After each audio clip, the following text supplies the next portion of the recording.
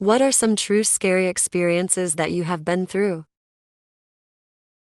Story 1. I once found myself in a cave, along with 8 or 9 other people. It was the middle of the Pennsylvania wilderness, and the only entrance was a small hole in the ground. To enter, you had to sit on your ass, grab a tree root, and drop about 7 feet down a steep wall to the floor. We all dropped in and spent at least half an hour exploring this cave. My friend Dan taps me on the shoulder and whispers, "Dude, look at the ceiling." The ceiling was just high enough above our heads to hide the thousands of spiders crawling around on it. We tried to keep quiet about it, because we didn't want anyone to flip out, but there was no stopping it. Just seconds later, the whole group noticed them. Everyone got silent, and you could actually hear the spiders crawling on the surface of the stone. It was an extra nerve-wracking situation, because the only way to exit the cave was to basically jump up and pull yourself out of a hole surrounded by spiders. 2 of the girls with us were terrified and refused to climb out. They just couldn't muster the courage to put their faces next to a giant spider nest. They came around though, and everyone got out safe. I had the honor of being the last one to exit, alone in a dark cave filled with spiders, and nobody around to give me a boost. Fortunately,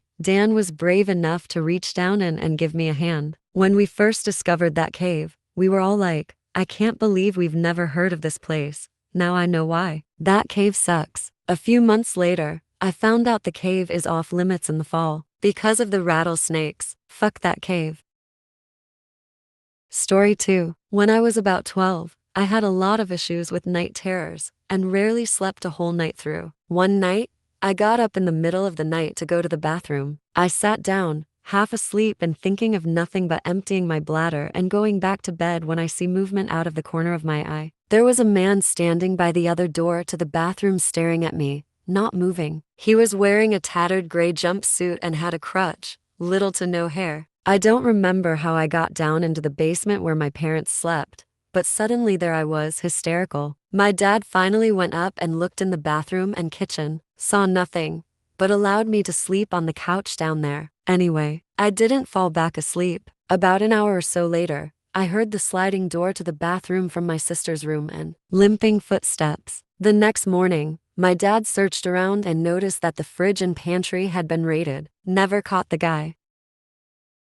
Story 3. I was driving home through back roads I had never been on and came across a bookstore in a tiny town in the woods. The bookstore was actually a house, where the front of the home had been converted into a store. There was a box on the porch that said, 50 books. So I stopped to see if there were any Stephen King books in there. Middle-aged woman comes out with a huge smile and gives me a bowl of fruit and some tea. I'm like, this place is awesome, and rifle through books while eating the fruit and downing the tea. Inside the store or home, there were a lot of cool art books and stuff, so I spent some more time in there. She brought me more tea. Even when I said, "No, thank you, that's plenty," she kept refilling. Gave me dessert to brownies and cookies. I didn't realize it at the time, but she was drugging me. It's hazy to remember the details, but at some point, she closed the shop, telling me to take my time looking at the books. She told me that she was going to go take a shower, and was gone for a while. When I was ready to pay,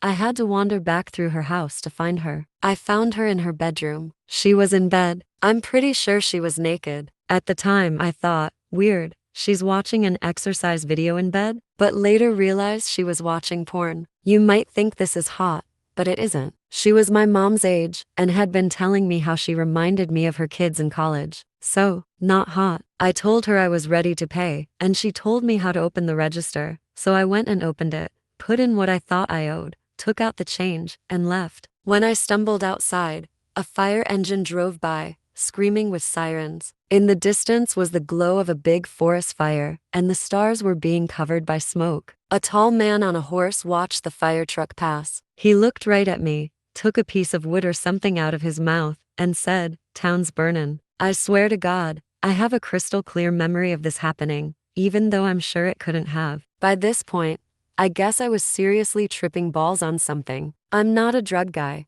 so I don't know what I had, but I was out of my mind and could hardly walk. I got back in my car and drove home along twisting roads on tall cliffs above the ocean. Twice I realized I was on the wrong side of the road. One of the times I realized this because a massive truck was headed straight for me, laying on the horn and flashing its lights. I kept thinking about how my car could be like an airplane and a submarine if I drove it off the cliff. I can't believe I made it home alive. Later, I realized I was in that house for about 4 hours looking at books. At least that's what I hoped to hell I was doing.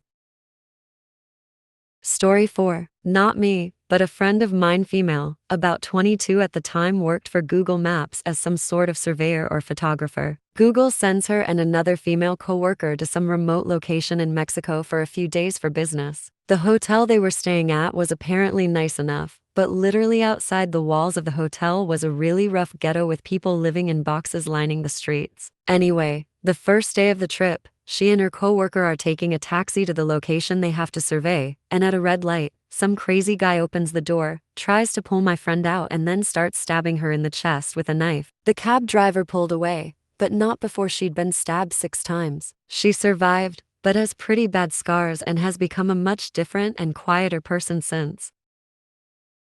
Story 5. When I was about 6 years old, I went to this seedy carnival that was set up in a mall parking lot with my dad and my grandma. We were waiting in line for the infamous pirate ship ride. My dad got off the line to get us drinks. Maybe about 5 minutes later, a man grabs my hand and says, "Come on, this line is too long," and starts leading me away. I remember my grandma yelling after me, "Mel, that's not your father." I looked up and saw this man wearing a matching pair of faded denim jacket and jeans, cheap NASCAR sunglasses, and a firefighter's mustache. When he saw that my grandma was screaming, he let go of my hand and vanished into the crowd. We told these cops that were standing by their cars, and they said they couldn't do anything. It actually bothered me for a very long time. Story 6. I was in India for work, staying at a fairly nice hotel. I don't do this often. I usually like to head straight to the room and order room service while watching a movie, but I decided to have a drink at the lobby bar. I had a drink on my own. There was no one else around in the bar, and I made small talk with the bartender. I ordered another drink and decided to use the bathroom. I was gone for a couple of minutes, and when I got back I noticed that my drink, Scotch and Dry, had a cloudy white rim at the top, which isn't normally there. On closer inspection, the cloudy froth was settling into a powdery residue on the side of the glass. I asked the bartender what was wrong with the drink, and he at first acted like he didn't notice anything. I was suspicious now and kept at it until he acknowledged he saw something. It was obvious. There was this froth to thream around the glass. Then he said that it always happens and it's nothing. I then looked him directly in his eyes and asked if he put anything in my drink. It's hard to explain, but his response, though it was no, told me everything I needed to know. So, I made out like I was more curious than anything, and asked him whether he would taste it. He said no and said he would pour me another. I declined and said I would drink it, but I just wanted him to tell me if it was off or not. All this while, there was this awkward vibe where we both knew the jig was up, but we were pretending like this wasn't happening. I paid up and left the drink where it was, locked and latched my door, the whole time picturing myself lying in a bath of ice, sans organs. Story 7. It was a dark and stormy night. I was spending the summer in FL, with an aunt and uncle. I left with my uncle to go get dinner and bring it home, and when we got back, house was strangely quiet, their 3-year-old son quiet in his crib. Searched the house, could not find my aunt. Then we saw the 2OLB glass sliding patio door or storm panel was missing. It had been flung out onto the patio and my aunt was under it. We freaked. It took both of us to lift it off her. She was convulsing, froth running down her face. I called 911, uncle held her head. We figured it out over the next few hours or days. Aunt had been closing the patio door, reached up to turn off the light switch, and the house and she both were struck by lightning. Went in her hand and out her nose. Later we found all her nose hairs were burnt. She had somehow been flung outside with the sliding door. She survived, had electrical tremors and symptoms for about 2 years. Story 8. It was grade 11, and I had just moved to a new town. I quickly became attracted to this one girl and would have given my left nut for a date. We got paired up to be partners in our food and fabrics class, and I totally pulled out all the stops. I was doing whatever it took to get a date with this girl. In the class, there were a couple projects where you would have to sew a pillowcase, or a pair of pajamas, etc. My family didn't have a sewing machine, so we would do the projects at her house. Upon these visits, I began to question how badly I wanted this girl. She lived in what appeared to be a wood cabin, and her father seemed legitimately insane. The walls were lined with animal skulls. The guy was a hardcore hunter. He had bearskin rugs and antlers all over the place. He would always walk around with his shirt off, drinking a Budweiser, chewing tobacco, carrying a shotgun. He never spoke a word to me. By this time I was starting to gain some friendships in the school, and one of the guys I met, Neil, noticed that I'd taken a liking to her. He then asked me if I'd heard about her parents. He then proceeded to tell me that her dad killed her mom and got away with it. Her body was found in the middle of town, pumped by a couple of rounds from a shotgun. He got off on the charges from lack of proof, and she had to live with him because he was her last living relative. At this point,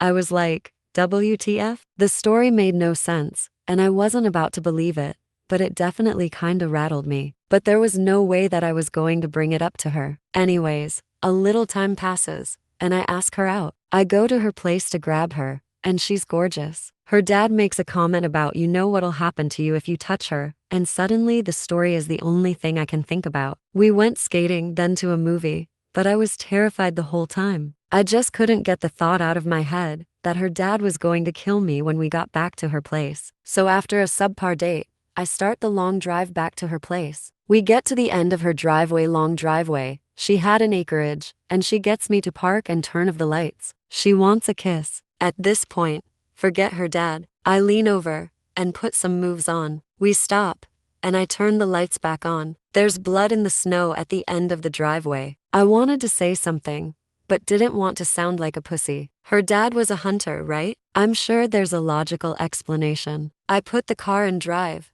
and start the winding drive down her driveway. The trail of blood seems to be getting thicker, and I'm getting more freaked out. She still says nothing as she's fixing her hair in her mirror. I keep driving. More blood. I turn the last corner of her driveway and see my headlights shift from the trees to her father, standing in the middle of the driveway, covered in blood. Blood all around him, huge fucking knife in hand, and what appeared to be a naked human body lying at his feet. I start hyperventilating. Suddenly, I'm crying, and don't know why. I piss my pants. Her dad takes me to the hospital. Turns out, I have had mild asthma for my entire life, and had a panic attack. The dad found a bear at the end of the driveway, shot it, drug it down the driveway, and skinned it, or at least the part I saw before we got back. Anyways, that was a little over 3 years ago, and I'm still with the girl. Her dad calls me a pussy all the time, except we've gone on hunting trips together, and I'm pretty sure he's a fan. Neil was just a jealous ex. Her parents split up. Her mom is actually pretty awesome too. That's all for now. Don't forget to like, comment, and subscribe. Thanks for listening to Digital Apathy.